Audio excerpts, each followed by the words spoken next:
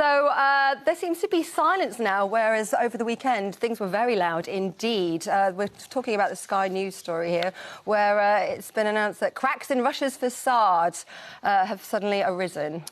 I think, yeah, look, this is hugely complicated, and a lot of people will think that Wagner is something entirely else, and they might even pronounce it differently. They might say I'm a Wagner. I'm at the exactly. Wagner camp. And it's like, who on earth are they? What it demonstrates to me is that Russian politics and the way that things operate is entirely and completely different from how we operate. The way that their military has performed and their attitudes towards people and human rights is entirely different. So, in essence, we have two groups. So you have Russia and their armed forces, and you have Wagner, which is a privately funded army that was supportive of Russia, but then clearly the two top people fell out. And Wagner was becoming increasingly frustrated about the special operations in Ukraine. They weren't receiving the support that they felt that they needed to get the job done. They were being made to look foolish. The Russians weren't supporting them, and fundamentally, the Russian forces are made up of a whole load of conscripts and not funded properly, and they were trying to force the issue.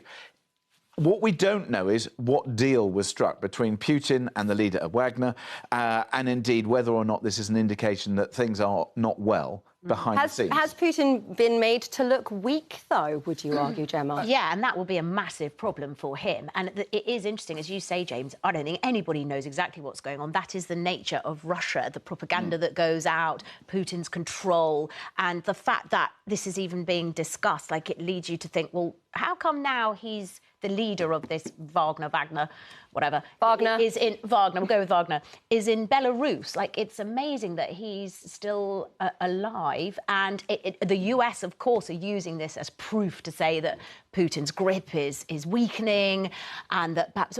But what can you possibly actually determine? Well, let's just hear one moment. Let's just hear from the US Secretary of State, Antony Blinken. Let's see what he has to say.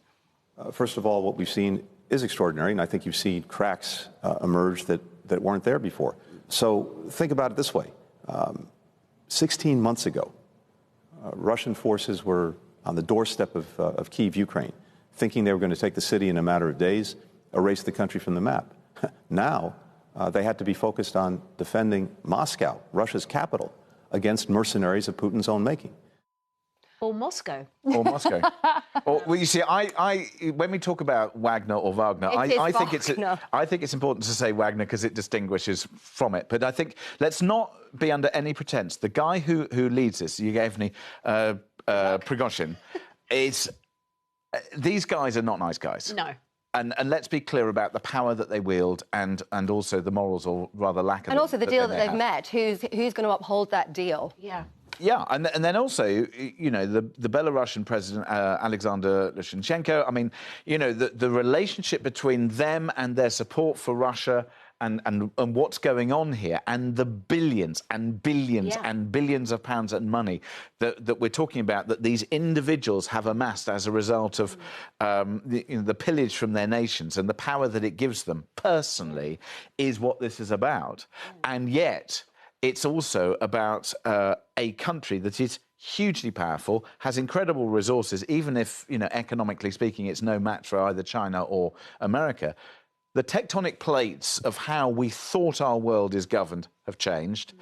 This shows cracks because Putin is not as strong as he once was, and also that some deals are being done behind the scenes that I don't think we've seen the end of this. Well, so I think this is the beginning, not the end. Who knows?